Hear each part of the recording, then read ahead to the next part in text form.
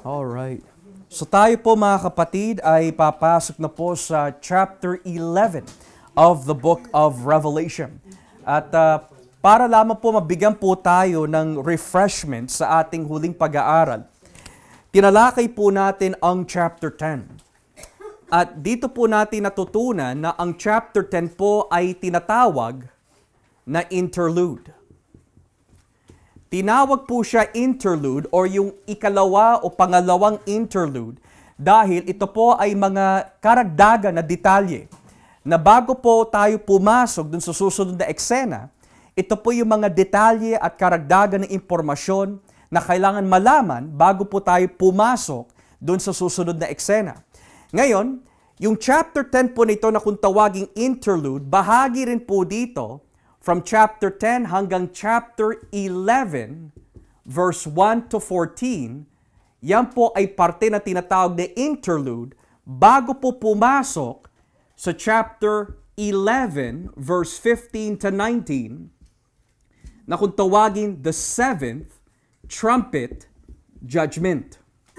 So we must understand mga kapatid na ang chapter 9 at yung masasabi natin chapter 11 verse 15, yan po ay isang interlude. So lahat ng mga nabanggit po dito sa chapter 10, chapter 11 verse 1 to 14, lahat po yan ay isang interlude bago pumasok tayo sa seventh trumpet judgment. Ngayon, yung pag-aaralan po natin mga kapatid ay isang continuation kung saan po tayo natapos. Dahil kung natatandaan po natin, sabi po ng Biblia, merong ibinigay yung anghel kung saan nakapatong ang kanyang mga paa sa dagat at yung isa naman sa lupa. At ibinigay po niya ang maliit na scroll o kasulatan na kung tawagin at kinain ni Juan. At nung kinain po ni Juan, ang sabi po ng Biblia, naging matamis yung flavor. Nung kinain po niya parang honey. Pero nung ito po ay nilunok po niya completely, naging bitter, mapait sa kanyang tiyan. Nang ibig sabihin, the Word of God is sweet as honey sa mga tatanggap ng Ebanghelyo, but it is bitter like judgment sa mga magre-reject.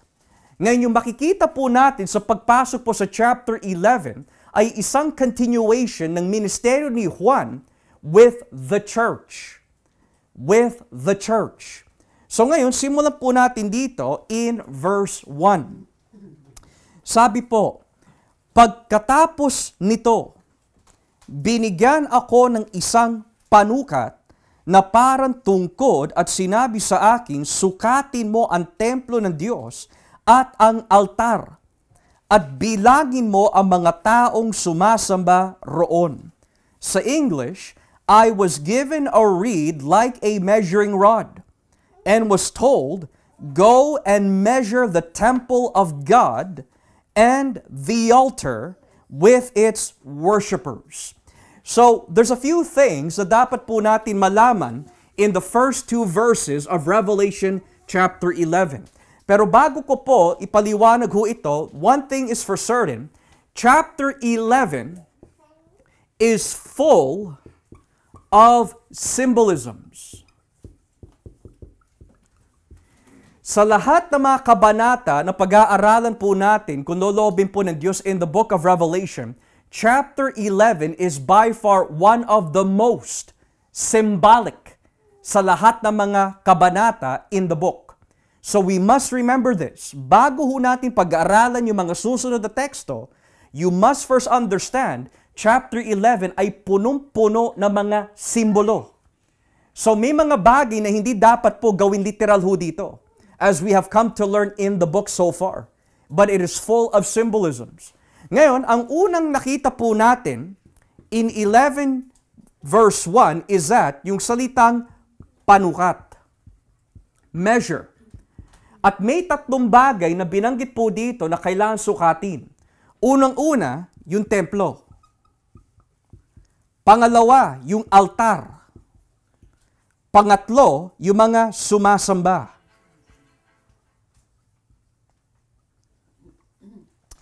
Now, just to give us a little history of interpretation within the Christian church, may mga naniniwala that dahil po nabanggit po yung salitang templo ho dito, may mga naniniwala that in the future, bago po bumalik ang Panginoon Hesukristo, mag-uuwian po daw ang mga Hudyo upang magtayo ng ikatlo o pangatlong templo bago dumating daw ang Mesiyas. The reason why yan po ang kanilang paniniwala ay dahil may binanggit po si Juan na may nakita po siyang templo. So bakit ang paniniwala po ng iba na ito yung pangatlong templo na itatayo bago dumating si Jesus? Is because kung natatandaan po natin in history, winasak po yung templo in the Old Testament nung pumasok po ang mga Babylonians. Pero itinayo po ito muli nila Ezra and Nehemiah, Zechariah and Joshua. Pero winasak po ulit nung taon ng 70 AD.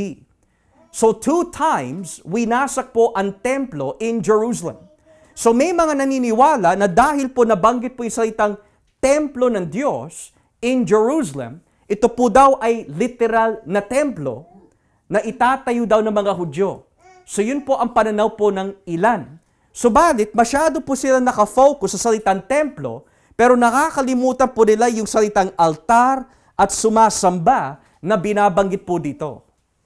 Now, in order na maunawaan po natin kung ano po yung pinagsusukat po ng mga nabanggit po dito, tatandaan po natin na ang Revelation ay madalas na humuhugot sa lumang tipan. So ngayon, tatanungin ho natin, ano po yung mga teksto sa lumang tipan na magkahawig dito sa nabanggit na may measurement that took place to measure the temple, the altar, and the worshipers of God? Well, yung una po dito is Ezekiel chapter 40 verses 3 hanggang 42.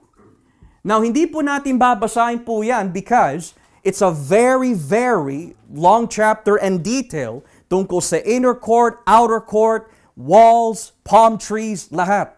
Pero yung punto po dito is that sa panahon po ni Ezekiel, dinala po siya ng Diyos sa kanyang pangitain and pinasukat po ng Diyos sa pamagitan ng isang lalaki na may dalang sukatan to measure the temple.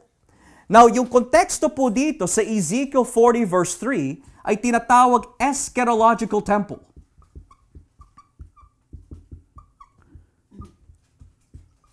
Now, kung dito po humuhugot si John, nung banggitin po yung salitang sinukat po nila yung templo, hindi natin pwede isipin na ito po ay literal na templo. Bakit ho? Dahil kung dito po siya humuhugot, karamihan ng mga commentators on Ezekiel have come to understand that hindi po ito pwede gawin literal. Bakit po? Dahil kung babasahin niyo po ang chapter 40 hanggang 48 ng Ezekiel, dito ho natin makikita na hindi po siya pwede gawin literal dahil umaapaw at umaagos po ang tubig mula sa templo. Which means, punong-puno po yung templo ng tubig. At yan po ay isang bagay na hindi magagawa ng mga tao kung itatayo po nila yung tinatawag na pangatlong templo dahil kailangan punuin po ito ng tubig. Pero in the vision of Ezekiel chapter 40, hindi tao ang nagpupuno sa templo ng tubig, kundi ang Diyos. At ang nilalarawan po ng tubig na yon in Ezekiel ay tumutukoy po sa everlasting life na ibinibigay po ng bagong kasunduan sa pamagitan ng kanyang eschatological na templo. Which in that case, yung eschatological templo po ng Diyos is referring to 2 things. Si Kristo at ang kanyang simbahan. Si Kristo at ang kanyang simbahan. The second reference ay makikita po dito sa Zechariah chapter 2. Kung atin po babasahin. Zechariah chapter 2. At simulan po natin dito sa talatang 1. Kung natatandaan po natin sa ating pag-aaral po ng Zechariah, si Zechariah po tsaka si Joshua or Zerubbabel rather ay bahagi sa mga magtatayo po ng templo. In Zechariah 2 verse 1, tignan niyo po ang nakalagay. Nang muli akong tumingin, may nakita akong lalaki may dalang panukat. Tinanong ko siya, saan ka papunta? Sumagot siya, sa Jerusalem. Susukatin ko ang luwang at haba nito. Pagkatapos, umalis ang anghel na nakikipag-usap sa akin at sinalubong siya ng isa pang anghel. At sinabi sa kanya, magmadali ka. Sabihin mo sa lalaking iyon na may dalang panukat na ang Jerusalem ay magiging lungsod na walang pader dahil sa sobrang dami ng kanyang mga mamamayan at mga hayop. Sinabi ng Panginoon na siya mismo ang magiging pader na apoy sa paligid ng lungsod ng Jerusalem at siya rin ang magiging dakila sa bayan na ito. Now, another reference is Zechariah, chapter 2, verse 1 to 5. Ngayon, kung pagsasamahin po natin ang dalawa, dahil Ezekiel may binanggit po sa panukat, ang Zechariah may binanggit din po sa panukat, ano po ang ibig sabihin po nito? Kung hindi dapat gawin literal. Ang ibig sabihin po ng panukat po na yan is another way of saying security. Wherever the Lord measures, nandun ang kanyang proteksyon. Kapag wala yung measurement ng Diyos doon, ayon po sa Ezekiel and sa Zechariah, wala doon ang proteksyon ng Diyos. So ngayon ang tanong, kung ang salitang panukat ay isang larawan ng salitang proteksyon or security, ano po yung kanyang mga pinoprotect po dito? Yung templo, yung altar, at yung mga sumasamba roon. Bukod ho dito, sa Lumang Tipan, ano po ba ang purpose ng templo? Yun ang kailangan tanungin eh.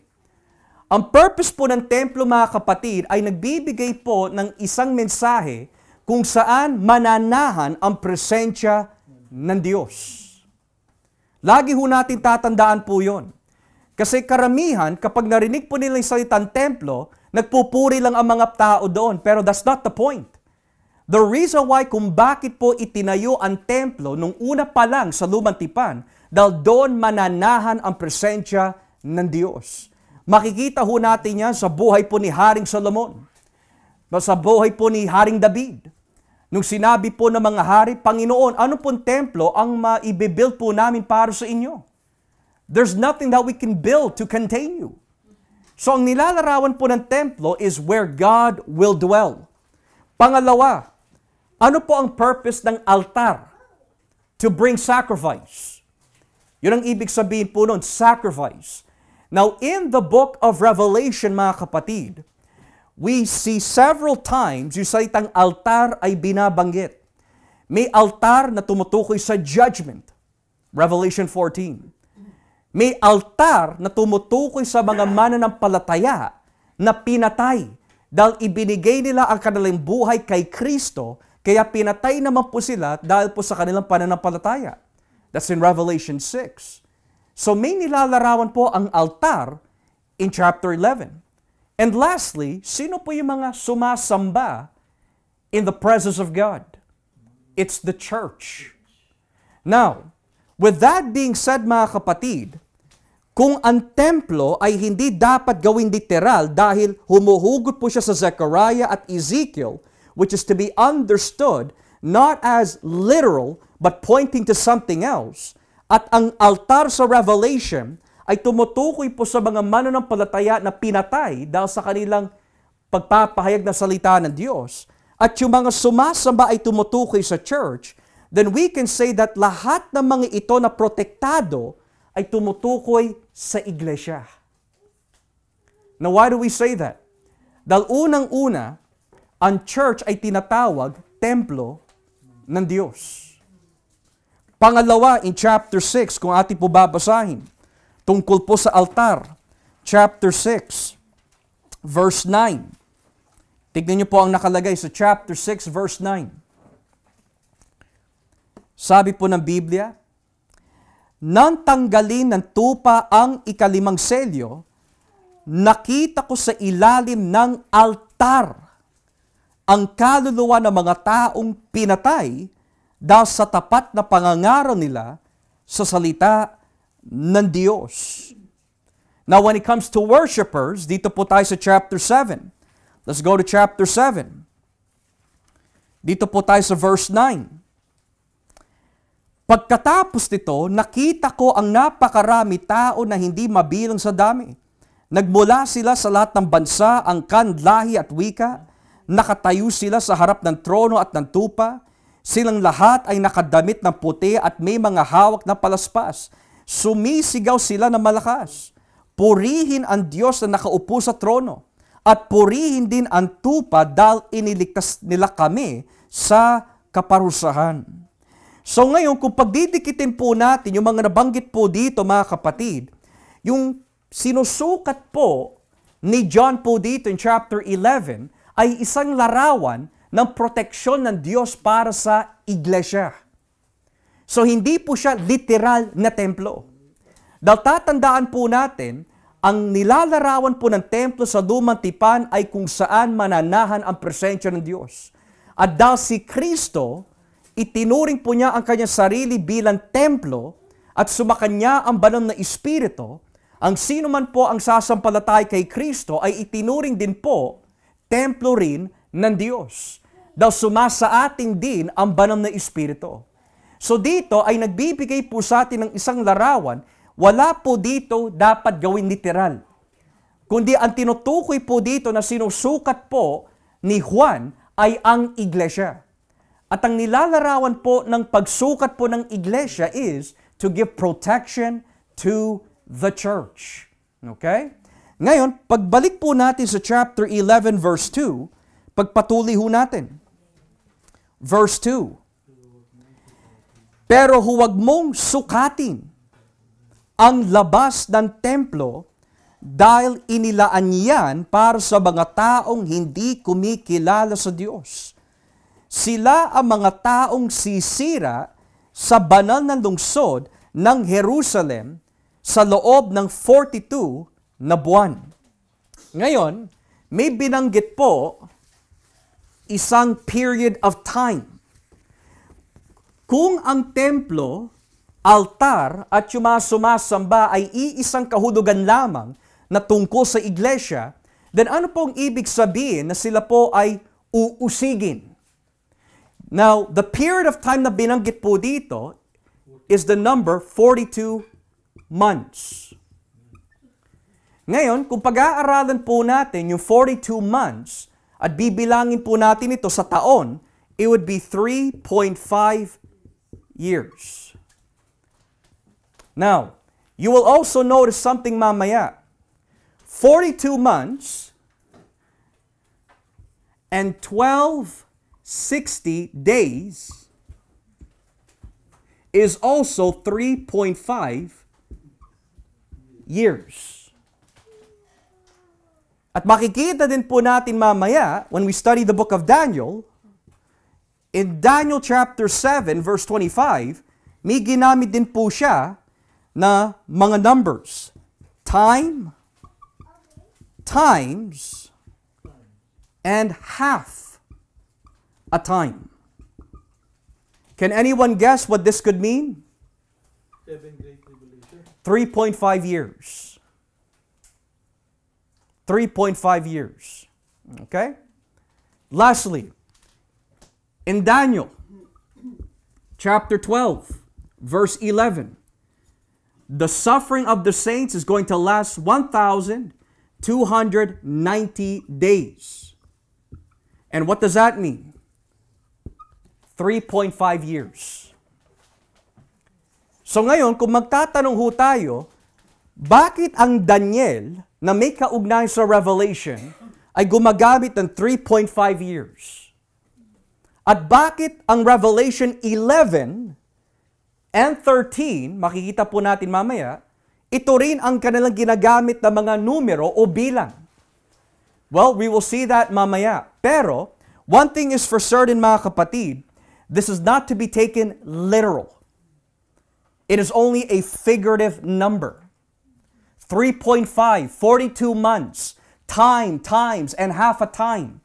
1,260 days, 1,290 days. Hindi po siya dapat gawin literal, kundi may nilalarawan po siya. Ang nilalarawan po nito is a fixed period of time na ibinigay ng Diyos upang kumilos ang kaaway, upang usigin po ang simbahan. Kasi sabi po dito sa chapter 11, verse 2, huwag mong sukatin ang labas ng templo dahil inilaan yan para sa mga taong hindi kumikilala sa Diyos. Sila ang mga taong sisira sa banal na lungsod ng Jerusalem sa loob ng 42 na buwan. Now, meron po akong nais ipakita ho sa atin dahil may dalawang teksto na ganito rin ang binabanggit pero meron po silang ibang kahulugan respectively sa kanilang context. Una, yung sinabi ni Kristo sa Lucas 21. Kung atin po babasahin sa Lucas 21, at simulan po natin dito sa talatang 20, Lucas 21, talatang 20, tignan niyo po yung sinabi ng ating Panginoon. Lucas 21, talatang 20 hanggang pababa. Lucas 21, talatang 20 pababa. Kapag nakita ninyong napapaligiran na ng mga sundalo ang Jerusalem, malalaman ninyong malapit na itong mawasak.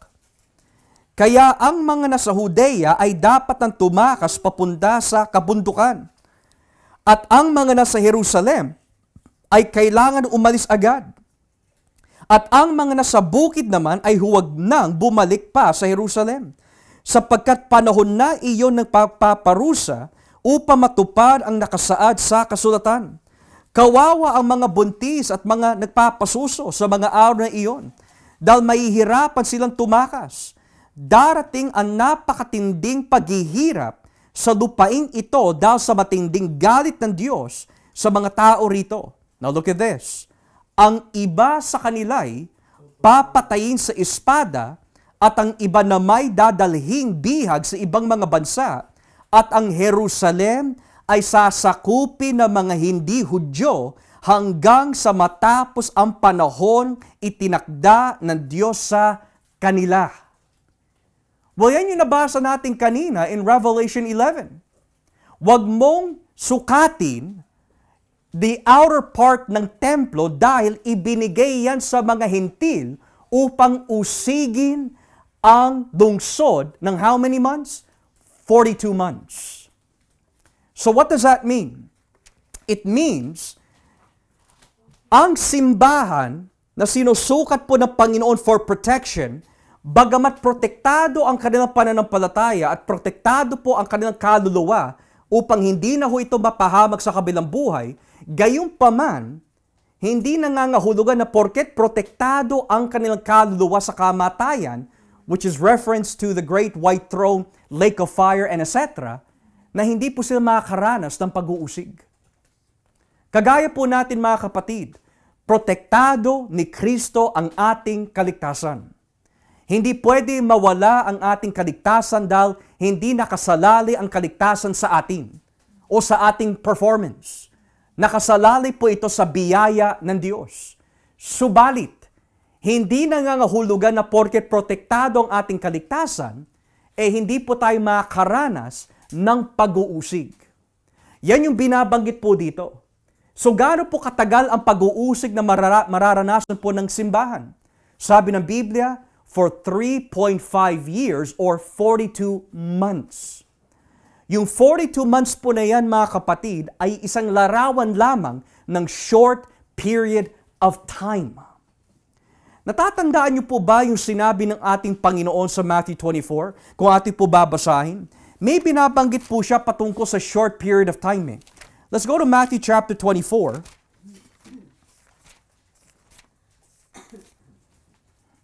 At dito po tayo mga kapatid sa talatang 9. Verse 9, and let us read through. Verse 9, and then we will read through. Sa panahong iyon, kamumuyan kayo dahil sa pagsunod ninyo sa akin. Dadakpin kayo upang parusahan at patayin. Marami ang tatalikod sa kanilang pananampalataya. Kapopuotan at ipapahuli nila ang kapwa nila mananampalataya. Lilitaw ang maraming huwad na propeta at marami ang maililigaw nila. Lalaganap ang kasamaan. At dahil dito manlalamig ang pag-ibig ng maraming mananampalataya. Ngunit ang mananatiling tapat hanggang sa wakas ay maliligtas. Ipangangaraw sa buong mundo ang magandang balita tungkol sa paghahari ng Diyos upang malaman ito ng lahat ng tao at saka darating ang katapusan. Ngayon, what's interesting about this mga kapatid, ito po ay tumutukoy sa mararanasan po ng simbahan in persecution. Pero ang tanong, gaano katagal ang pag-uusig na mararanasan po nila? Ibaba po natin ang basa sa talatang 22, verse 22. Kung hindi paikliin ng Diyos ang panahong iyon, walang matitirang buhay. Ngunit alang-alang sa kanyang mga pinili, paikliin niya ang panahong iyon. So ngayon, ano pong nilalarawan ng 42 months, 3.5 years, 1260 na araw? What does that refer to? Yung short period of time na binabanggit po ni Kristo. Yung maikling panahon. Dahil kung hindi po gagawin ng Panginoon na maikli lamang yung panahon ng pag-uusig na mararanasan ng church, mauubos ang mga mananampalataya. So ang katumbas po ng salitang maikling panahon is 42 months, 3.5 years or 1260 na araw. Okay? Ngayon, ipagpatuloy ho natin. Verse 3 of Revelation 11. Dito na ho tayo papasok sa isang mahabang diskusyon. Chapter 11, verse 3. Sa mga araw na iyon, isusugo ko roon ang dalawang saksi ko. Magsusuot sila ng damit na sako bilang pahiwatig sa mga tao na kailangan nilang magsisi sa mga kasalanan nila. Ipapahayag nila ang mensahe ng Diyos sa loob ng 1,260 na araw. Verse 4. Ang dalawang saksing ito ay ang dalawang punong olibo at dalawang ilawan sa harap ng Panginoon ng buong mundo. Kung may magtangkang manakit sa dalawang ito, may apoy na lalabas sa bibig nila at masusunog ang kanilang kaaway. Ganyan papatayin ang sino mang magtangkang manakit sa kanila. Now, sa lahat ng pag-aaral in chapter 11, ang madalas na nagiging sentro ng mga debate pagdating po sa pagkakaintindi ng Revelation 11 ay yung paksa tungkol sa dalawang saksi. Now, hindi ko ho ipapaliwanag sa atin ang lahat ng nagiging interpretation po dito, pero we will talk about yung mga ilang theories of interpretation. Sino kaya yung dalawang saksi na binabanggit po dito? Well, sa ating mga kapatid na dispensational, ang kanilang pinaniniwalaan ay si Enoch and Elijah. Okay? Sa ating mga kapatid na futurist, may mga naniniwala naman na si Elijah and Moses. Sa ating mga kapatid na Jewish Christians, ang kanilang paniniwala po dito ay si Peter and Paul. Okay? And then there's so much more. May dalawang propeta daw na bago po dumating yung 70 AD destruction sa templo, sila daw yung bababa. Meron naman naniniwala na these are unknown prophets na bababa. Meron naman naniniwala na ito po ay si Melchizedek at si Elijah. Meron naman naniniwala si John the Baptist at si Elijah. So ngayon sa napakaraming po mga interpretation, alin na lang po kaya yung tama ho dito? Well, let's work with the few. Kasi ang madalas na binabanggit po dito ay si Elijah. It doesn't matter what theological, eschatological school you learn from, karamihan po na binabanggit bilang isa sa dalawang saksi ay si Elijah. Now, here's the question.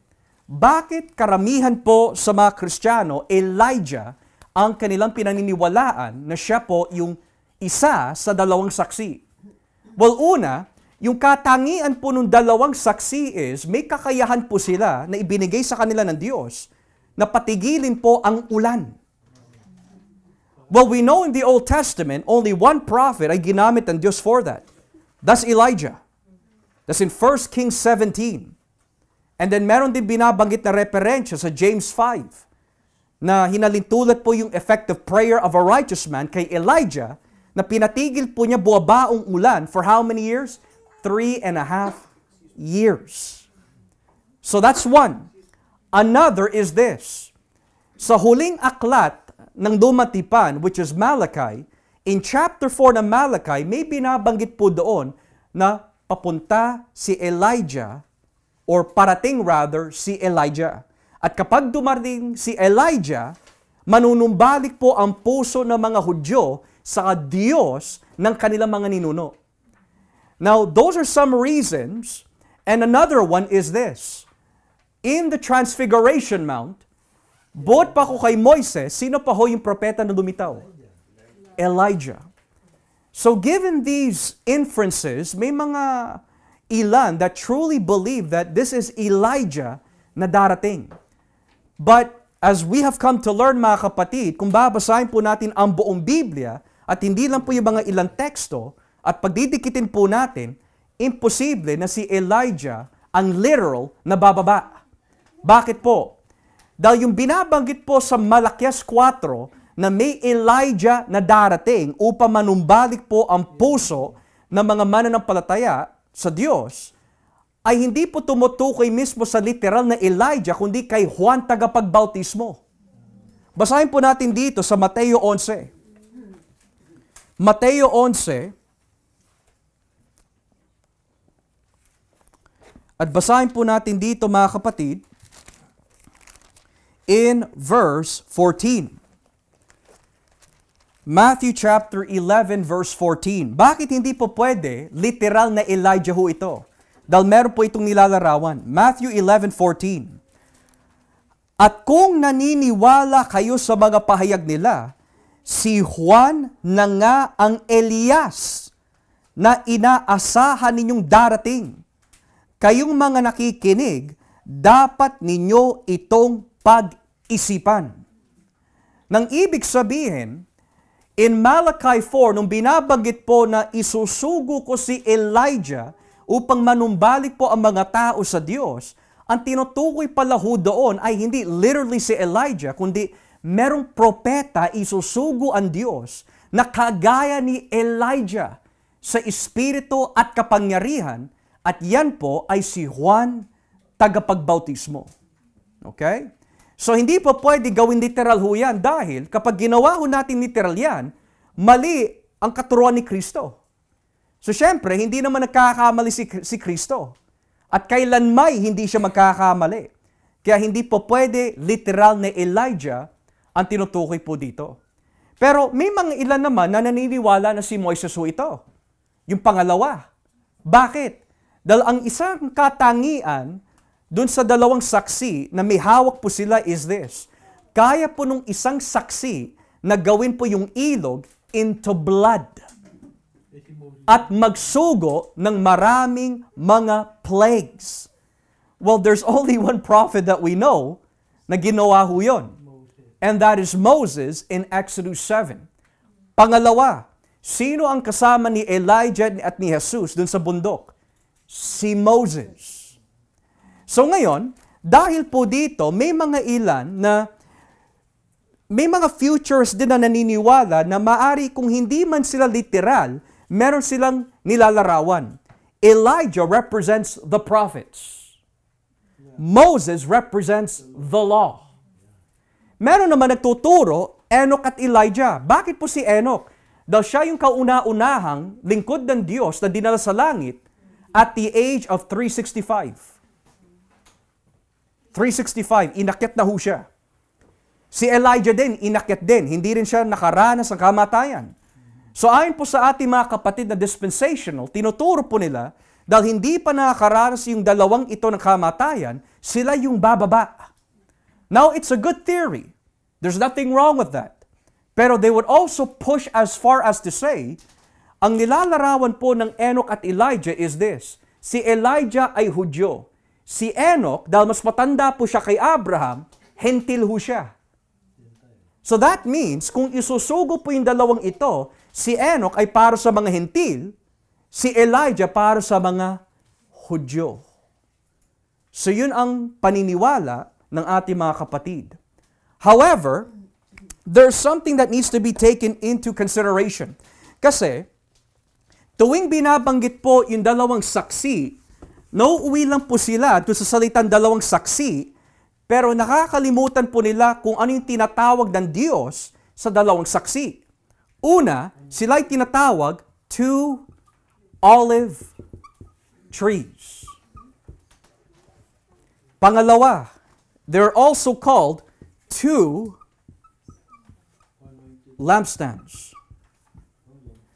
Now, sa pag-aaral po ng Revelation, hindi lang po dapat natin kunin ang isang katangian at isang tabi po yung mga ibang katangian na binabanggit din. Kung sasabihin po natin, ito'y tumutukoy kay Elijah at Moises o Elijah at Enoch, kailangan po natin sagutin, bakit sila tinawag yung dalawang punong olibo at bakit sila tinawag yung dalawang ilawan? Dahil sa lumang tipan, hindi si Moises o si Elijah ang binibigyan ng ganitong klaseng titulo. Matter of fact, yung dalawang titulong ito ay makikita sa Zechariah chapter 4. Basahin po natin ang Zechariah chapter 4.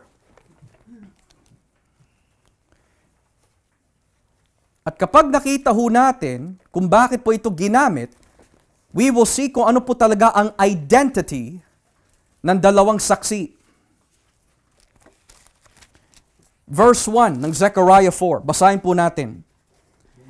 Bumalik ang anghel na nakipag-usap sa akin at ginising ako dahil sa nakatulog ako. Tinanong niya ako, ano ang nakita mo? Sumagot siya. Sumagot ako, nakita ko ang isang gintong patungan ng ilawan. Sa itaas nito ay may mangkok na lalagyan ng langis. Sa paligid ng mangkok ay may 7 ilawan na ang bawat isa ay may 7 tubo na dinadaluyan ng langis. May 2 puno ng olibo sa magkabila nito, isa sa kanan at isa sa kaliwa. Tinanong ko ang anghel na nakikipag-usap sa akin, ano po ba ang ibig sabihin ng mga iyan? Sumagot siya, hindi mo ba alam ang ibig sabihin ng mga iyan? Sumagot ako, hindi po. Sinabi niyo sa akin, bago ko sagutin iyan, pakinggan mo muna itong mensahe ng Panginoong makapangyarihan na sasabihin ko kay Zerubbabel. Zerubbabel, matatapos mo ang pagtatayo ng templo hindi sa pamagitan ng lakas o kakayahan ng tao, kundi sa pamagitan ng aking espiritu. Maging kasinlaki man ng bundok ang hadlang na iyong haharapin, papatagin iyan. Matatapos ang templo, at habang inilalagay ang kahuli-huli ang batong nito, isisigaw ng mga tao, Panginoon, pagpalain niyo po ito. Kaya sa pamagitan ng anghel sinabi sa akin ng Panginoon na matatapos ang templo sa pamamahala ni Zerubbabel, gaya ng pamamahala niya sa pagtatayo ng pundasyon nito. At kapag nangyari na ito, malalaman ninyo na ang Panginoong makapangyarihan ang nagsugo sa inyo. May mga taong kumukutya dahil kakonti pa lamang ang magagawa sa pagpapatayo ng templo. Pero matutuwa sila kapag nakita na nilang inilalagay ni Zerubbabel ang pinakahuli at natatanging bato sa templo. Pagkatapos sinabi sa akin ng anghel, ang 7 ilawang iyan ay ang mata ng Panginoon na nagmamasid sa buong mundo. Nagtanong ako sa anghel, anong ibig sabihin ng 2 puno ng olibo? Isa sa kanan at isa sa kaliwa na lalagyan ng ilaw. At anong ibig sabihin ng 2 sanga na punong olibo sa tabi ng 2 gintong tubo na dinadaluyan ng langis na kulay ginto? Sinabi niya sa akin, hindi mo ba alam kung anong ibig sabihin ng mga iyan? Sumagot ako, hindi po. Kaya sinabi niya sa akin, ang mga iyan ay kumakatawan sa 2 taong pinili na maglilingkod sa Panginoon na naghahari sa buong mundo. Now, dahil yung 2 saksi ay tinawag po yung punong olibo at yung 2 ilawan, at yan po ay hugot ng Zechariah 4, hindi po pwede si Elijah o si Enoch o si Moises ang tinutukoy diyan. Dahil sa pag-aaral po ng Zechariah, kaya binanggit po yung 2 olibo at 2 ilawan, meron 2 lingkod ng Diyos na nabubuhay sa mga panahong ito na sasama ng banal na Espiritu upang maitayo ang templo. At yan po ay si Josue at si Zerubbabel. Now here's what's fascinating. Sino po ba si Josue sa panahon po ng Zechariah? Pare. Sino po ba si Zerubbabel sa panahon po ng Zechariah? Governor or ruler. Or pwede na rin hari. Okay? Now here's another question. Kanina, nabanggit po na yung 2 saksi po nito may kakayahan na patigilin po ang ulan. So that reminds you of Elijah. Pero kaya din po nila na i-turn po yung ilog into blood. So that reminds you of Moses. Pero ang pangalan po nila ay 2 olibo at ilawan. So that reminds you of Josue at Zerubbabel. So may ministry po sila tungkol sa pagpapahayag, pero ang kanilang estado, pare at hari din sila. Now, kung ito'y uusigin, sino kaya sa Book of Revelation ang tinutukoy po nito? We can't say ito'y tumutukoy kay Enoch at Elijah strictly. We can't even say it's referring to Moses and Elijah strictly dahil ang konteksto ng Zechariah 4 ay tumutukoy po kay Josue at Zerubbabel. So ano po ang nilalarawan ng 2 saksi? Now here's another thing we don't want to forget. In Zechariah 4, hindi 2 ilawan na nabanggit. 7. 7 ilawan ang binanggit, hindi 2. So magtataka ka, bakit hindi na lang 7, pero bakit 2 ang binanggit? Ano po ba ang nilalarawan ng salitang 2 sa Biblia? Well, let's look at several texts. Simulan po natin dito sa Deuteronomio 17. Deuteronomio 17. Deuteronomy 17. At dito po tayo sa talatang 6. Deuteronomy 17, verse 6. Okay? Tignan niyo po ang nakalagay.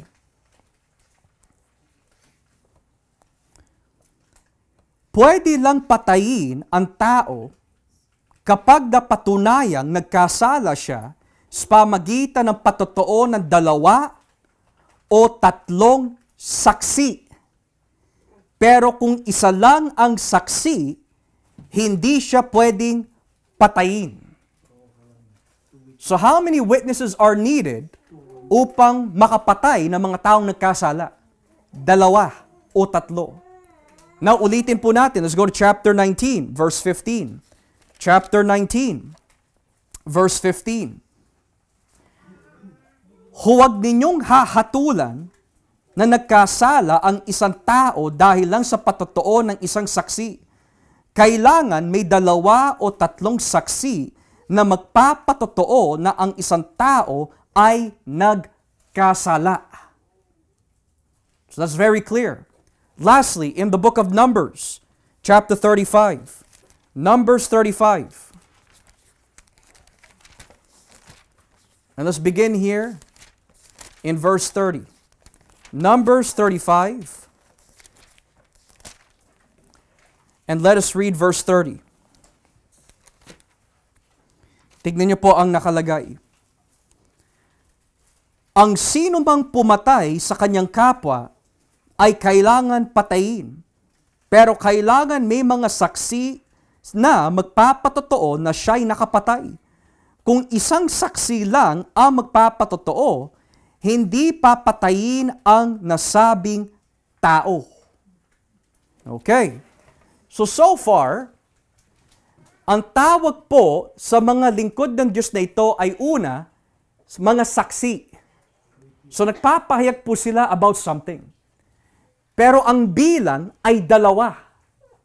Na bakit hindi na lang 7 kung humuhugot po sila sa Zechariah? Bakit 2? Dahil sa lumang tipan, ang utos po ng Diyos para mapatunayan ng ang isang salita o pangyayari ay tunay nga na naganap, kailangan may 2 o 3 na magsasaksi. Bukod pa ho dito, hindi ka po pwede pumatay ng isang taong nagkasala sa patotoo lamang ng isang saksi. Kailangan 2. Now here's what's interesting. Ano po ba ang trabaho ng 2 saksi? Pinaparusahan po nila yung mga taong ayaw sumunod sa Diyos. Now, we're going to see later kung paano po nila ginagawa ho ito.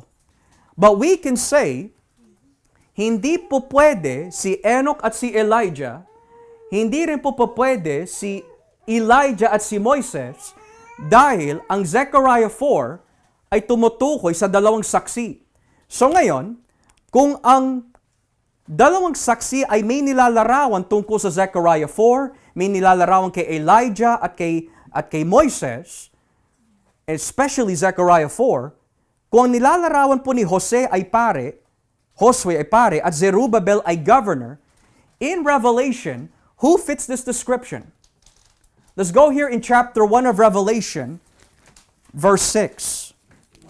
Sino po yung mga ganyang klaseng katangian? Revelation 1, verse 6. Tignan niyo po ang nakalagay. Ginawa niya tayong mga hari at mga pari upang maglingkod sa Diyos na kanyang Ama. Sa Kanya ang kalulhatian at ang kapangyarihan magpakailanman. Amen. So ayon po sa Revelation, maliban po kay Kristo, sino po ang tinawag na pari at hari? Ang iglesia. So ngayon, ang 2 witnesses na binabanggit po dito, dahil ang salitang 2 ay tumutukoy sa lumang tipan sa patotoo ng 2 o 3 saksi, sino po ba ang isinugo ng Diyos para maging saksi po niya sa bagong tipan? The church. And you know what's fascinating mga kapatid? Sa lahat ng mga komentaryo na nabasa ko ho, na iba-iba po ang kanilang eskwelahan ng filosofiya pagdating po sa eschatology, at least 90% yan din ang kanilang sagot. The church. So hindi ko po gawa-gawa lang ho ito. This is backed up in the Bible. You have to explain na kung talagang tumutukoy po ito kay Enoch at Elijah, bakit humugot sa Zechariah 4? And you also have to explain, ano po ang papel ni Josue at Zerubbabel bilang pare at governor sa 2 saksi? In the book of Revelation, ang church ay tinatawag na pare at hari dahil kay Kristo. Bukod pa ho dito, ano po mangyayari sa 2 witnesses? Well, habang nagpapahayag po sila, for 1,260 days, which is what? 42 months, which is also 3.5 years, pagkatapos po noon, ano mangyayari sa kanila? Papatayin sila. Now, let's look at what happens here. Balikan po natin ang Revelation 11, because this is very, very important. Verse 4. Ang 2 saksing ito ay ang 2 punong olibo at 2 ilawan sa harap ng Panginoon ng buong mundo. Kung may magtangkang manakit sa 2 ito, may apoy na lalabas sa bibig nila at masusunog ang kanilang kaaway. Ganyan papatayin ang sino man magtangkang manakit sa kanila. Now, hindi pa tayo natatapos dito. Tignan po yung mga ginamit po ng mga titulo at mga katangian. Ginamit po yung larawan ni Elijah tungkol sa ulan. Ginamit po yung larawan ni Moises dahil ginawa po niya yung ilog into blood. Ginamit po yung larawan ni Josue and Zerubbabel. dahil po dun sa 2 ulibo at yung ilawan. And now, ginamit po yung larawan ni Jeremiah. Ngayon magpinataka, ha? Jeremiah? Bakit nasama si Jeremiah diyan? Ano yung ginamit ng 2 saksi upang parusahan yung mga gustong manakit sa kanila? Ano po yung lalabas sa kanilang bibig? Apoy. So bakit nadami si Jeremiah diyan? Basahin po natin ang Jeremiah chapter 5. Jeremiah chapter 5 verse 14. Bakit nadamay si Jeremiah ho diyan? Jeremiah 5 verse 14. Sabi po ng Biblia, kaya ito ang sinabi sa akin ng Panginoon Diyos na makapangyarihan.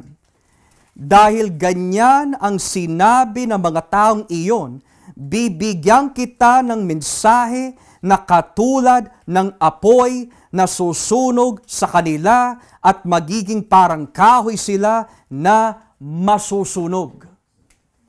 Or in English, therefore this is what the Lord God Almighty says, because the people have spoken these words, I will make my words in your mouth a fire, and these people the wood it consumes. So now, lalo ho tayo mapapaisip. Hindi natin pwede sabihin si Enoch at si Elijah yan o si Moises at si Elijah dahil nabanggit na si Josue at Zerubbabel, nabanggit din si Jeremias. So that means meron silang nilalarawan. At karagdagan po dito, ang tawag po dito sa 2 witnesses, wag nating kakalimutan, ilawan. Di po ba? Well, balikan po natin ang Revelation chapter 1 at dito po tayo sa talatang 20. Sino ang tinatawag na ilawan sa Revelation? Chapter 1 verse 20. Hayaan po natin si Kristo na mag-interpret po nito. Revelation 1 verse 20. Tignan niyo po ha. Ito ang ibig sabihin ng 7 bituin na nakita mo sa kanang kamay ko at ang 7 ilawang ginto. Ang 7 bituin ay ang 7 anghel na nagbabatay sa 7 iglesia at ang 7 ilawang ginto ay ang 7 iglesia. So, kung pagdidikitin po natin ang lahat ng hinugutan ng Revelation sa Lumang Tipan, may Elijah, may Moises, may Josue, may Zerubbabel, may Jeremiah, may ilawan pa, hindi po pwede maging literal yung mga saksi na yan, kundi meron silang nilalarawan. At ayon po sa Revelation, we have to allow Revelation to interpret itself. Ang ilawan na binabanggit po in Revelation is the church. So what does that mean kung ang nilalarawan ng 2 saksi is the church? Kagaya ni Elijah, they have authority. Kagaya ni Moises, they have authority. Kagaya ni Josue at Zerubbabel, pari at hari ang estado ng church because of Christ. At kagaya ni Jeremias, tuwing ipinapangaral po nila ang ebanghelyo, masakit, parang nakasunog sa konsensya ng mga taong ayaw magsisi. So if you put all that together, all the prophets of the Old Testament is pointing to the ministry of the church in the New Testament. Now let's go further down. And there's more that will defend this is the church. Hindi lang po ito 2 tao. Now let's go Revelation 11, verse 6. May kapangyarihang silang pigilin ang ulan upang hindi umulan habang nagpapahayag sila ng mensahe ng Diyos. May kapangyarihan din sila na gawing dugo ang mga tubig at magpadala ng lahat ng uri ng salo sa mundo, anumang oras na gustuhin nila. Pagkatapos nilang ipahayag ang mensahe ng Diyos, makikipaglaban sa kanila ang halimaw na galing sa kailaliman, tatalunin at papatayin sila ng halimaw. Now, hinto muna po tayo dito mga kapatid. Okay? At least we have some background what the church symbolizes in its ministry as the 2 witnesses. Pero ngayon, may panibagong figura na inintroduce. Halimaw. O kung tawagin, the beast. Now, in the book of Revelation, ang halimaw ay madalas na kinikilala bilang ang Antikristo ng aklat. Okay? I'll show you a few examples. Halimbawa, in chapter 13, kung titignan po natin, verse 1. In chapter 13, verse 1, pagkatapos may nakita akong halimaw na umaahon sa dagat. 7 ang ulo nito at 10 ang sungay. Bawat sungay nito ay may korona at sa bawat ulo naman ay may nakasulat na pangalang dumalapastangan sa Diyos. Okay. Ang halimaw ay parang leopardo at may mga paang katulad ng oso. Ang bibig niya ay parang bibig ng leon. Ibinigay ng dragon sa halimaw ang kanyang kapangyarihan at trono upang maging malawak ang kapangyarihan nito. So ayon po sa Revelation 11 and 13, ang halimaw ay lilitaw po saan? Aahon po siya sa abyss. So that's an evil place. But in Revelation 13, aahon po siya sa dagat, which represents chaos and evil. Pero hindi lang po yun. May mga ilang hayop na nabanggit bilang larawan ng halimaw. Parang siya leopardo. Parang siya oso. Parang siya leon. Teka lang. Kung tayo po ay mambabasa ng Lumang Tipan, the book of Daniel may ganyan din. May nakita po siya oso, may nakita siya leon, may nakita po siya leopardo. Ang nilalarawan po ng mga hayop na yan at mga halimaw na yan ay mga empires na umalipin sa mga Israelita. So ngayon, itong halimaw na tinatawag po sa Revelation, na madalas na may connection po sa Daniel, ay tumutukoy po sa isang antikristo na may nais kalabanin po ang simbahan ng Diyos. Moreover, tignan niyo po yung maging kahihinatnan po niya. Chapter 19. Chapter 19, verse 19. Tignan niyo po nakalagay. Pagkatapos, nakita ko ang halimaw at ang mga hari sa mundo kasama ang kanilang mga kawal, nagtipon sila upang labanan ang nakasakay sa puting kabayo at ang kanyang mga sundalo mula sa langit. So sa buod, ang halimaw po nito ay minsan tinatawag na Antikristo. Pero, pag-aaralan po natin kung yung Antikristo po nito ay tumutukoy sa isang persona o tumutukoy po ito sa isang organization. Pero pag-aaralan po natin yan when we get to chapter 13. Ang importante po dito is this. Kung sino man po yung tinutukoy na halimaw po dito, which the church understands as the Antichrist, whether a single person or organization, ang trabaho po niya ay kalabanin ang iglesia. Yan ang pinaka-main object po niya, kalabanin ang iglesia. Ngayon, tignan po natin yung kanyang ginawa in chapter 11, verse 8. Sabi po in verse 7, pagkatapos silang ipahayag ang mensahe ng Diyos, makikipaglaban sa kanila ang halimaw na galing sa kailaliman, tatalunin at papatayin sila ng halimaw. Ang bangkay nila ay pababayaan sa lansangan ng tanyag na lungsod, ang lugar na pinagpakuan sa krus ng kanilang Panginoon. Ito rin ang lungsod na tinaguriang Sodom at Egypto. Now, here's the question. Anong ginawa po ng halimaw doon sa dalawang saksi? Nakipaglaban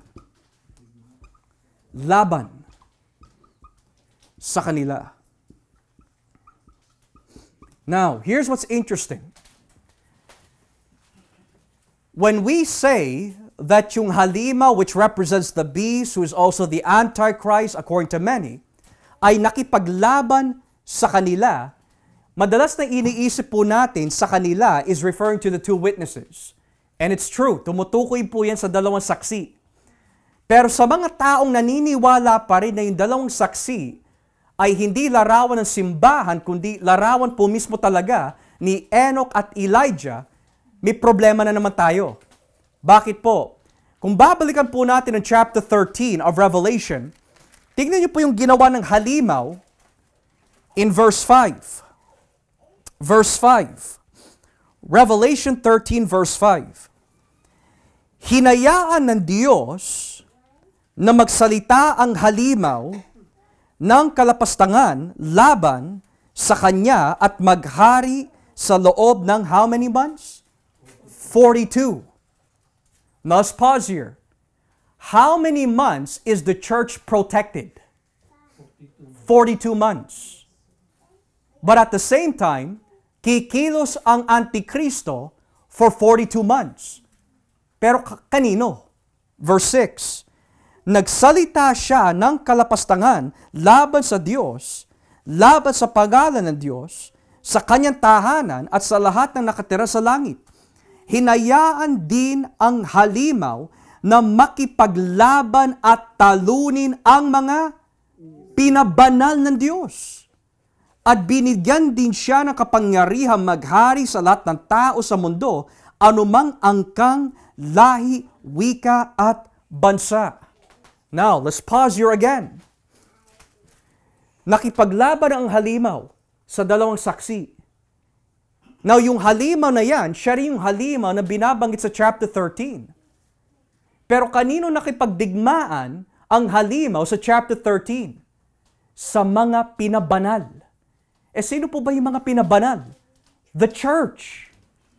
So yung dalawang saksi of chapter 11, sila din yung mga pinabanal, the church in chapter 13. At hindi pa ho natapos dyan. Let's go to chapter 12. It makes it even more interesting. Dito po tayo sa talatang 5. At nanganak nga ang babae ng isang sanggol na lalaki na siyang maghahari sa lahat ng bansa sa pamagitan ng kamay na bakal. Hindi nakain ng dragon ang sanggol dahil inagaw agad ang sanggol at dinala sa Diyos doon sa kanyang trono. Ang babae naman ay tumakas sa ilang sa lugar na inihanda ng Diyos para sa kanya upang maalagaan siya roon sa loob ng 1,260 na araw. Well, nabasa natin kanina, ano po ba ang katumbas ng 1,260 days? 42 months, which is 3.5 years. What are they trying to say here? Chapter 11, papatayin po niya ang mga saksi. Chapter 13, makikipaglaban siya sa church. Chapter 12, dahil hindi nila mapatay si Kristo, sino ang kanilang hahabulin? Which is the church. Pero hindi niya magawa na patayin ang church dahil pinotektahan sila ng Panginoon for 1,260 days. Now, karagdagan pa ho, let's go back to chapter 11. Ano po nangyari sa mga bangkay? Verse 9. Verse 9. Sa loob ng 3 kalahating araw, so may nabanggit na naman, 3.5, sabi ho dito, ang bangkay nila ay panonoori ng mga tao mula sa iba't ibang lahi, angkang, wika at bansa, at hindi sila papayag na ilibing ang mga ito. Now, I want to pause here again. Hindi natin babasahin. You can read it on your own time, but here's some references. Hindi papayag na ilibing. Yan ang nakalagay. Now, it says here, panonoorin ng mga tao mula sa iba't ibang lahi, angkan, wika at bansa, at hindi sila papayag na ilibing ang mga ito. Now, ang tanong, why did they say that? Kasi humuhugot po ito sa Psalm 79, verse 1 and 3. Now, you could read that in your own time, but let's continue reading. Verse 10. Matutuwa ang mga tao sa buong mundo dahil sa pagkamatay ng 2 propeta. Magdiriwang sila at magbibigayan na mga regalo dahil namatay na ang dalawang iyon na naghirap sa mga tao sa mundo. So may nabanggit, nagbigayan ng regalo. This is from Esther 9:22. Okay? Verse 11. Ngunit, pagkalipas ng 3 kalahating araw, muli silang binuhay ng Diyos, bumangon sila, at ganoon na lang ang takot ng lahat ng nakakita sa kanila. Now, in verse 11, but after the 3.5 days, the breath of life from God entered them, and they stood on their feet, and terror struck those who saw them. Now, buburahin ko na ho ito.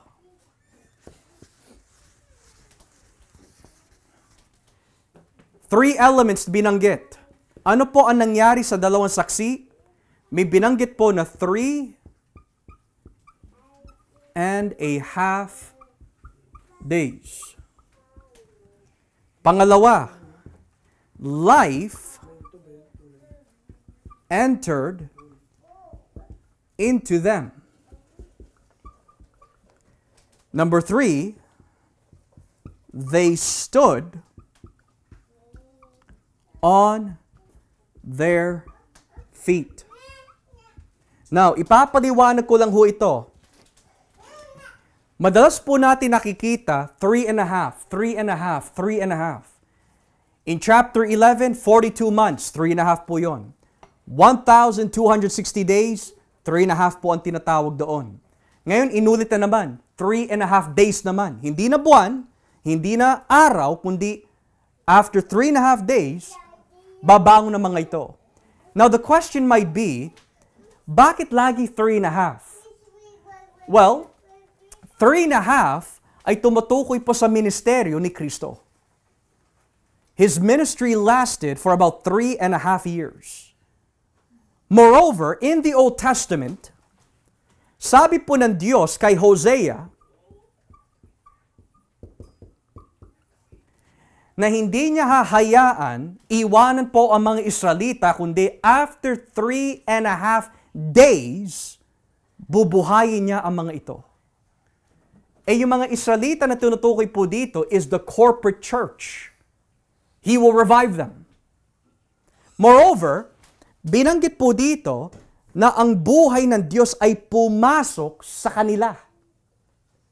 That's a reference to Ezekiel chapter 37, verse 5. Now, sino po dito na pag-aralan nyo na po ang Ezekiel? Tumutukoy po yun sa mga bungo, sa mga buto. Nabubuhayin sila muli. And the exact words in Ezekiel 37:5 is, at ang buhay ng Diyos ay pumasok sa mga buto. Hindi siya tumutukoy sa 2 tao lang, kundi the whole community of God. Well, what about this one? They stood on their feet. What does that mean? Well, tumutukoy din po yan sa Ezekiel 37, but this time, verse 10. Ano po ang nangyari nung pumasok po yung buhay ng Diyos sa mga buto? Tumayo ang mga dating patay na ngayon buhay. So let's look at this. 3.5 days. Kung ito ay humuhugot sa Hosea, restoration ang ibig sabihin yan. Ngayon, life entered into them, hugot po yan sa Ezekiel 37, restoration din ang konteksto niyan. And they stood on their feet, again, Ezekiel 37, lahat po ito may pinagkakaisahan na mensahe, restoration. Now, bakit po restoration? Ang Hosea ay tumutukoy po sa pangangalunya ng mga Israelita, pero balang araw, ibabalik sila ng Diyos, i-restore sila. Ang Ezekiel, inalipin po sila ng mga taga-Babylon, at para ho sa kanila, iniisip nila, dahil pinabayaan na tayo ng Diyos, at inuusik pa tayo ng mga Babylonians, wala na tayo pag-asa. Pero sa kabila ng pag-uusig at exilic experience, ni-restore sila ng Diyos. Now, what does that have to do with the two witnesses? Pagpatuloy po natin ang basa in Revelation 11, verse 12. Narinig ng dalawa ang malakas na tinig mula sa langit. Umakyat kayo rito. At habang tinitignan sila ng mga kaaway nila, pumapaitas sila sa langit sakay ng ulap. Number 4. Pinanggit po yung salitang ulap. Now, with that being said, 3.5 days, life entered into them, they stood on their feet, inakyat sila sa ulap. What does this refer to? Well, this could either refer to two things. Kung ang Hosea, Ezekiel ay tumutukoy po sa restoration and vindication, which means yung glorification po nila, maari yan ang nangyari dun sa dalawang saksi. Nang ibig sabihin, as of now, makakaranas po ang church ng matinding pag-uusig. Pero kapag natapos na yung maikling panahon na itinakda ng Diyos na maranasan ng iglesia na pag-uusig, darating yung dinatawag na glorification. So, kailan po darating yung glorification? Sa pagbabalik ni Kristo. Now, how do we know this? Dahil may binanggit po na ulap. Now, bakit importante yung salitang ulap na yan? Nabasa niyo po ba yung aklat na mga Gawa, Kapitulo 1? Nung sinabi po ng mga anghel dun sa mga alagad ni Kristo, di ba umakyat si Kristo sa langit? At kinuha po siya ng ulap? Ngayon, ano po sabi ng mga anghel? Bakit kayo tumitingala sa langit? Yung Kristo nung umakyat, siya rin yung bababa din ng ganyan. So then, if you put all of this together, ang maari ang nilalarawan po ng muling pagkabuhay ng dalawang saksi is the glorification and general resurrection of the church. Which means, yung katuruan na magra-rapture muna bago yung matinding kapigatian, mali yun. Dahil dito, pinapatay na yung mga Kristiyano, which symbolizes the two witnesses. And after the tribulation, ano po nangyari? Binangon sila ng Diyos. This may represent the general resurrection of the church that leads to glorification. Now, how do we know that's the case? Ipagpatuloy po natin ang basa. Verse 13. Nang oras ding iyon, lumindol ng napakalakas. Nawasak ang 10 bahagi ng lungsod at 7,000 ang namatay. Natakot ang natirang mga tao, kaya pinuri nila ang Diyos sa langit. So ilang tao po ang namatay? 7,000. Now, kagaya po ng mga ibang nabanggit po dito, yung number 7,000, dahil numero po siya in Revelation, hindi rin po yan literal. Meron din po siya pinuguhugutan sa lumang tipan. Now, natatandaan niyo po ba mga kapatid nung hinabol po ni Jezebel si Elijah? Ano po sabi ni Elijah? Panginoon, patayin niyo na lang po ako na lang yung nag-iisa. Wala akong kasama, wala akong kakampi, ako lang natitira. Ano po sabi ni Yahweh sa kanya? Tumayo ka, bumalik ka, there are 7,000 na hindi lumuluhod kay Baal. Now, mapapaisip ka eh.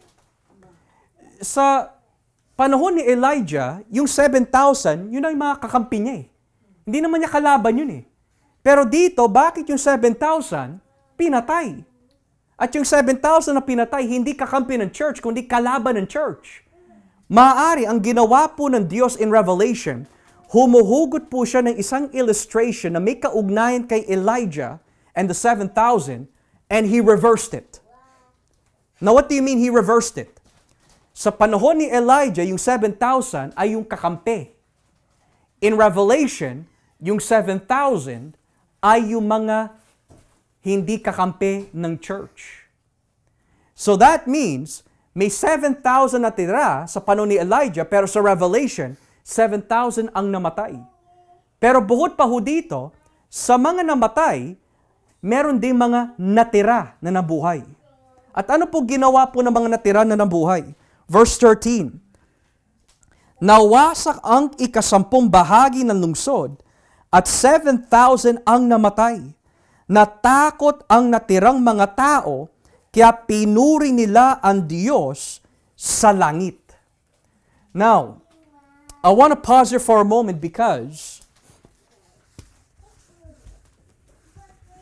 nabanggit ko po sa inyo kanina, Revelation 11 is full of symbolisms at madalas na hinuhugot po sa lumatipan or humuhugot rather sa lumatipan. So you have here in chapter 11 those who survived.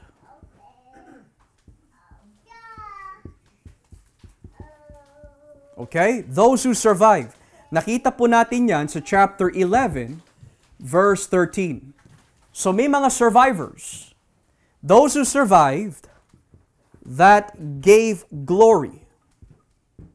Now, the question is, where did they survive from? The judgment that was poured out. Dahil nagkaroon ng matinding lindol, 7,000 ay namatay.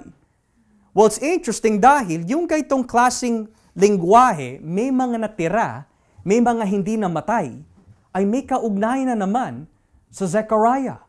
Basahin po natin ang Zechariah 14. Look at Zechariah 14. At dito po tayo mga kapatid sa talatang 12. So ito'y tumutukoy sa mga final judgment that is to come. Zechariah 14 verse 12. Ang mga bansang sumalakay sa Jerusalem ay padadalhan ng mga salot na ito. Mabubulok ang kanilang mga katawan, mata, at dila kahit buhay pa sila.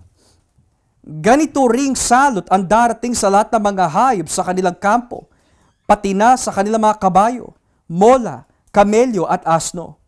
Sa araw na iyon, lubhang lilituhin ng Panginoon ang mga taong iyon. Ang bawat isa sa kanila ay sasalakay sa kanilang kapwa, at sila mismo ay maglalaban-laban. Makikipaglaban din ang ibang mga lungsod ng Huda. Sasamsamin at titipunin nila ang mga kayamanan ng mga bansa sa palibot nila, ang napakaraming ginto, pilak at mga damit. Pagkatapos, ang lahat ng natitirang mga tao sa mga bansang sumalakay sa Jerusalem ay pupunta sa Jerusalem taon-taon para sumamba sa hari, ang Panginoon makapangyarihan, at para makipag-isa sa pagdiriwang ng pista ng pagtatayo ng mga kubol. Or in English, then the survivors from all the nations that have attacked Jerusalem will go up year after year to worship the King, the Lord Almighty, and to celebrate the festival of tabernacles. So ngayon, what does Revelation 11:13 have with Zechariah 14? Well, yung mga survivors, bago dumating yung 7,000 na namatay, ano po yung dati nilang gawain? Inuusig nila ang iglesia. Pero, dumating ang panahon na nagbigay sila ng kapurihan sa Diyos. Ang ibig sabihin po maaari nito mga kapatid, dahil nakita po nila yung matinding judgment ng Diyos, bigla ho sila nagsisi at naging kabilang po sila sa simbahan. At yan din po ang nangyari sa Zechariah 14. Nung makita po nila ang galit ng Diyos, yung mga taong na natakot sa Diyos ay nagsisi at sumasamba na sa hari ng mga hari. So this teaches us that these survivors, mga kapatid, ay maaring naglalarawan ng mga taong nagsisi sa kanilang mga kasalanan at nagbigay puri po sa Diyos dahil nakita nila kung paano po magalit ang Panginoon. Pero hindi po natapos doon dahil kung tatapusin na po natin ang chapter 11 verse 14, sabi po dito of Revelation, natapos na ang ikalawang nakakatakot na pangyayari, ngunit susunod pa ang ikatlo. Sa buod, ano po ang matututunan po natin in Revelation 11 verses 1 to 14? Ito po ang buod. The church will experience a short period of suffering. But vindication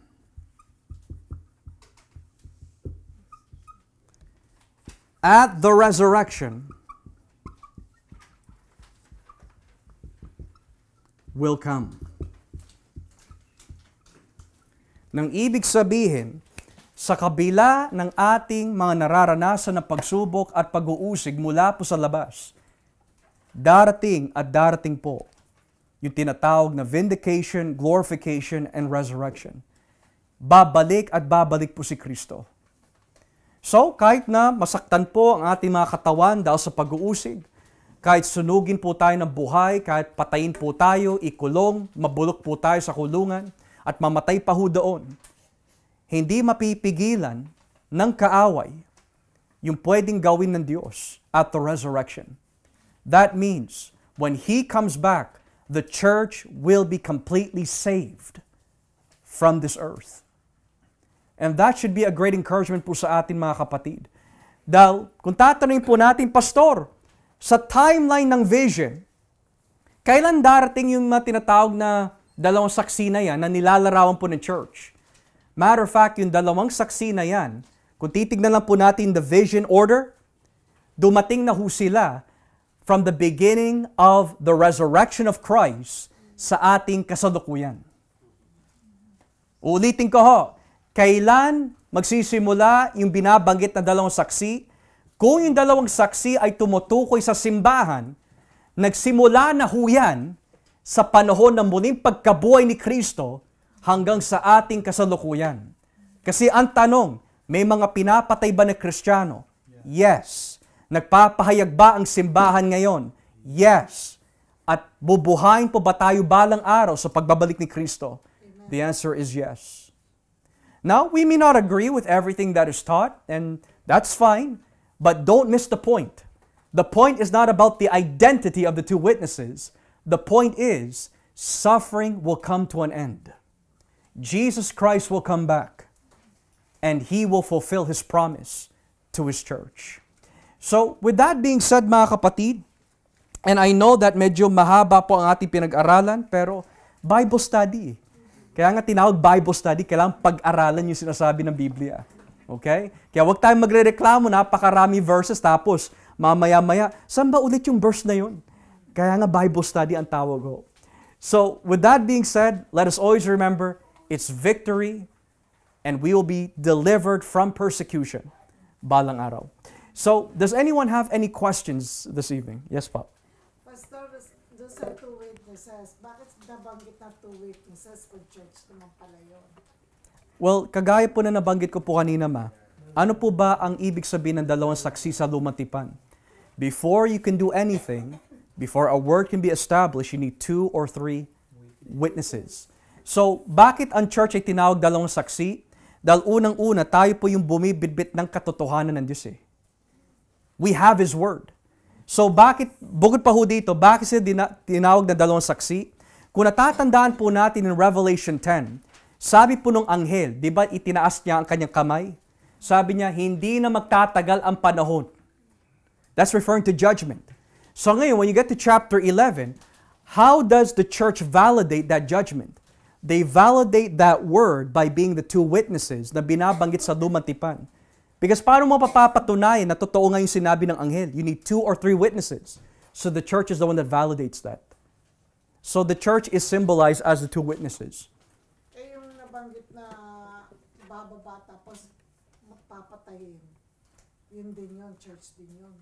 Bababa po? Di ba, they believe na si Elias nga tsaka si babalik. Tapos papatayin sila. Mawi-witness na maraming tao. Sure. Yep. Church yun.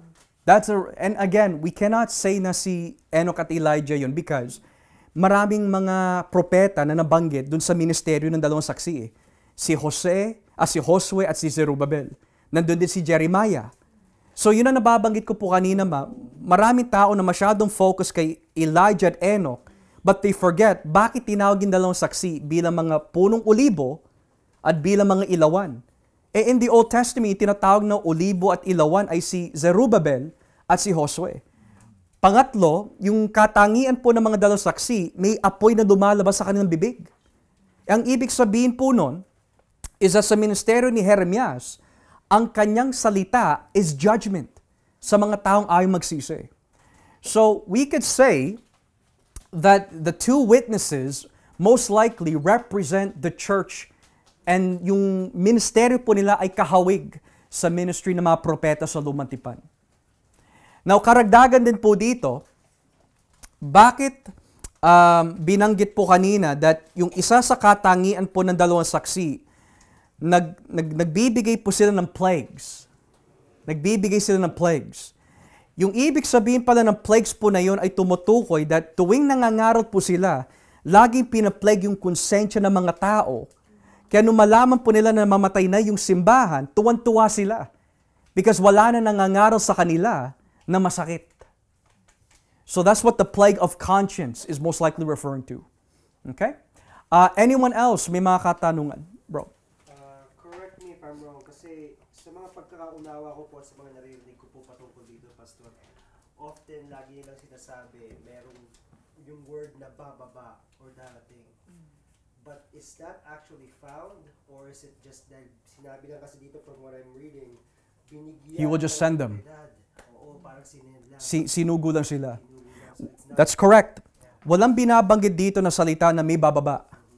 In this chapter, kung babasahin po natin ang chapter 11, all the way through, walang sinasabi dito, may bababa. Ang sinabi lang po dito, meron ako bibigyan na dalawang saksi. Or rather, sa literal, ibibigay ko sa akin dalawang saksi. Walang sinabi, bababa sila in this chapter. Walang ganon. Pero the reason why, kapatid, yan ang paniniwala ng ating mga ibang kapatid, is because hindi lang chapter 11 ang tinitignan nila. Tinitignan din nila ang Malachi 4 na darating si Elijah. So yun ang rason. Pero kung titignan natin ang chapter 11, walang nakalagay bababa sila sa langit. Ang nakalagay lang dito, ibibigay ko sa aking dalawang saksi. So ngayon, kung walang binabanggit na bababa sila sa langit in chapter 11, kahit basahin po natin ng ilang beses, walang ganon na salita, bababa yung dalawa mula sa langit. Ang nakalagay lang, ibibigay ko sa dalawang saksi ko ang mga bagay na ito. Yun lang ang nakalagay. Now, right now, maari kumbaga parang it's hard to interpret it or to understand kasi karamihan po sa atin maari ay nasanay sa isang pag-aaral na kung tawagin dispensationalism. Kaya as of now, ang china-challenge po sa atin ay yung ating tradisyon. So paano ho natin mapapatunay ng ating paniniwala na tradisyon ay tama? Ilapat mo sa Biblia. Ngayon, kung sinasabi natin may bababa mula sa langit, patunayan natin sa chapter 11. Walang nakalagay ganun. Kung sinasabi natin si Enoch at si Elijah ho ito, you must explain bakit sila tinatawag punong olibo at bakit sila tinatawag mga ilawan. Mga titulo yan na binigay kay Josue at Zerubbabel. Pangatlo, kung sasabihin natin si Moises at si Elijah ito, bakit may apoy na dumalabas sa kanilang bibig? Tumutukoy po yan sa panahon ni Jeremias. So hindi po siya literal, meron lang po itong nilalarawan. But at the end of the day, kahit na hindi natin tanggapin ho ito, hindi pa rin mababago po yung mensahe. Because ang tanong, si Enoch at si Elijah pa, parte ng simbahan. Si Enoch po ba, parte ng simbahan? Si Jeremias po ba, parte ng simbahan? The answer is yes. So dahil parte sila ng simbahan, the point here is, hindi na magtatagal ang pag-uusig at paghihirap ng church dahil babalik na si Kristo. So yun ang punto ho dito, mga kapatid. Okay? Anyone else have any other questions? Yes? Pastor, dun sa Zechariah 4, Mhm. nasabi mo, naitulong mo na si Josue ay yung pare and si Zerubbabel represents a king. The ruler, yes. Ngayon, in Revelation chapter 1, ginamit doon is the Kingdoms. word kingdoms. Yep. How can we ano that na kasi iba yung like is that one and the same hari at kaharian, that's two different words. Yes. So kingdom or king would represent the word reign. So in Revelation 20, it's fascinating because in verse 4 sabi doon that the church will reign with Christ for 1,000 years. So the word reign, you can't reign without king or kingdom involved. So in that sense, may kaugnayan siya. Okay? Very good question, very good. Anyone else? Brother June? May nagtanong sa akin kanina, hindi ko masagot kasi sabi niya, kaya pa pinintulutang mamatay ang mga bata, abortion man o hindi, dahil dito sa, ito raw ang sagot. Psalm 137, 8 to 9. Psalm 137. verse 8 and 9. Ang tanong po ninyo, Brother June, bakit po Bakit, kaya daw pinintulutang mamatay ang bata, abortion man o hindi. Yun daw ang, sagot? hindi ko mag-get eh. Psalm 137 verse 8 and 9. Well, this is most likely a reference dun sa tinatawag na exile. O daughter of Babylon, you devastated one, how blessed will be the one who repays you with the recompense with which you have recompensed us. How blessed will be the one who seizes and dashes your infants against the cliff. Yeah, I don't know, I don't think may kaugnayan po yun, Brother Jun, dahil ang tinutukoy po ng Psalm 137, malinaw, this is referring to the exile. Kaya nga sabi ko, parang ang layo, sabi ko. Yeah. Parang ang layo, sabi ko. Teka, titignan mo, babalik ako. Kasi ang layo, sabi ko eh. Kasi ano nga ito, yung na-exile nga sila eh, naging alipid sila nun eh. Kaya ganun eh, sabi ko. Yeah, I wouldn't use this. I wouldn't use this. Matter of fact, kaya may nabanggit po ng mga infants na pinatay. If I'm not mistaken, this goes back to Lamentations. Diba, sa sobrang gutom ng mga tao, kinain na po nila yung kanilang mga anak, pinatay din yung mga ibang sanggol.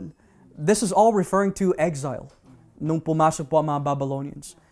No, I wouldn't use this verse po to explain na bakit namamatay ang mga sanggol. Yeah. Okay, anyone else? Yes po. Yung sa Deuteronomy 19:15, patungkol din yun sa church, no? Historically and contextually, tumutukoy po yun sa tuwing may gagawin ang Israelite community ng isang bagay, kailangan may presensya po sila ng 2 o 3 saksi. Or they are in the presence rather of 2 or 3 witnesses. Pero, in the New Testament, I think it's in Matthew 17, ginamit din ni Kristo about yung 2 or 3 witnesses din eh. May binabanggit din po siya. Pero, because Revelation ay madalas humuhugot sa lumang tipan, maari yung 2 witnesses ay doon nanggaling. The words, 2 or 3 witnesses, yeah. Okay? Anyway, yes po, may tanong ho kayo. Nabanggit mo kayo na sa Psalm 79. Ano ibig sabihin ng number 2? Verse 2 of Psalm 79. Yeah. Bakit yun ka ganun? Oh, yung tumutukoy po sa... Yes. So sa Psalm 79, verse 1 and 3, nung binanggit po dito na iniwan po yung kanilang mga katawan sa kalye, wala man lang na naglibing sa kanila. So tumutukoy po yun sa matinding paghihirap na naranasan ng mga Hudyo. So ngayon po, maaari, dyan humuhugot po ang Revelation 11, na di ba nagdiriwang po yung mga tao na hindi man nila inilibing yung 2 saksi. Hinayaan lang po nila na doon lang sila sa kalye. Humuhugot po sila sa Psalm 79. Psalm 79 po. Okay? Anyone else? May mga katanungan bago po tayo manalangin. Now, before we close, meron din po ako nakalimutan na banggitin po sa inyo. Ibibigay ko lamang po yung buod. Pero, nabanggit po kanina, yung salitang tanyag, na lungsod. Kanina, in Revelation 11. Now, yung tanyag na lungsod po na yan, historically, ay tumutukoy po sa Rome. Kasi nung panahon po ni Juan, yung salitang great city ay tumutukoy po sa Rome. Subalit, ang binabanggit din po na sa tanyag na lungsod ay yung lugar kung saan naipako si Kristo. So ngayon, hindi lang po Rome ang tinutukoy po niya, pati na rin ang Jerusalem. Pero bukod pa ho dito, yung tanyag ng lungsod, tinatawag din minsan spiritually as Sodom and Egypt. So when you look at yung apat na lugar na binabanggit, Sodom, Egypt, Rome, what do they all have in common? They all rejected God. Rome persecuted the church. Jerusalem crucified Christ. Sodom, kung pag-aaralan po natin, naging very greedy, naging very abominable yung mga ginagawa po nila laban sa Diyos. And Egypt, inalipin po nila ang mga Israelita, and they also live in idolatry. So, all of this ay hindi literal, kundi what they are referring to ay isang mensahe na tumutukoy po sa mga hindi mananampalataya.